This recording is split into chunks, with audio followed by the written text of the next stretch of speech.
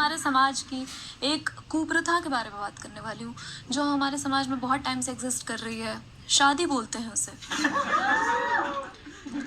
बहुत बड़ी कुप्रथा लगती है मुझे। मैं बताना चाहती हूँ, औरतों के लिए तो है। मैं ना छोटे शहर से आती हूँ और छोटे शहरों में ना शादी औरतों की आइडेंटिटी बना दी गई है।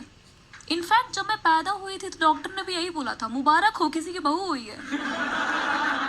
मेरे भाई की ना अभी अभी नौकरी लगी और मेरे घर वाले परेशान हो गए हैं कि तुझे जॉब भी संभालना पड़ता है, घर भी संभालना पड़ता है, तो एक काम कर, शादी कर ले, पत्नी आएगी घर संभाल लेगी।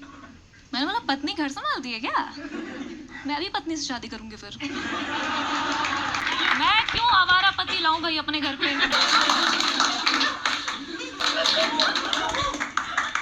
ये सब देखने के बाद मैं कैसे शादी कर लूंगी यार? मेरे को ना बट एक बार शादी एक्सपीरियंस करना था अपने लाइफ में, तो मैंने ऑलमोस्ट शादी देख रखा है। लिव इन में रहती थी मैं, लिव इन में भी रह के काम ही कर रही थी।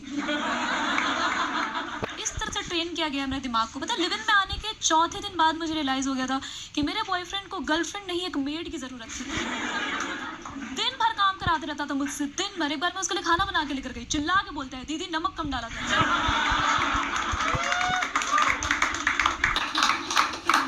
बहुत खौफ पैदा हो गया मेरे मन में शादी को लेके। बट मेरी उम्र ऐसी है कि मेरे घर वाले पीछे पड़े मेरे शादी कराने को लेके कि शादी कर ले, शादी कर ले, शादी कर ले, वरना सारे लड़के हाथ से निकल जाए।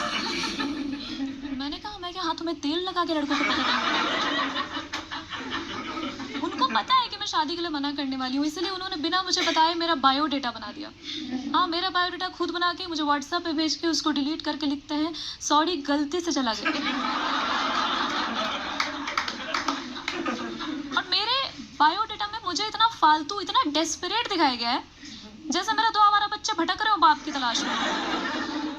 अजीब अजीब सी चीज़ें डाल रखी है मेरे बायोडेटा में, जैसे नेम प्रिया, एज शादी करने लायक, हाईली फ्लेमेबल। मेरी नानी मुझे आके हमेशा टॉन्ट मारते रहती है कि तेरी अभी तक शादी नहीं हुई है ना, तेरी उम्र में तो मेरे 3-4 बच्चे हो गए थे। मैंने कहा नानी, इस बात से सिर्फ आपकी थरक जस्टिफाई हो रही है। इतना लड़ते हैं।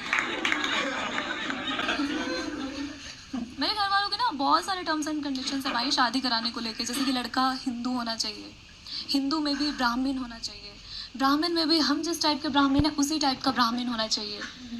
तो अब तो ऑप्शन में सिर्फ मेरा भाई बच गया है।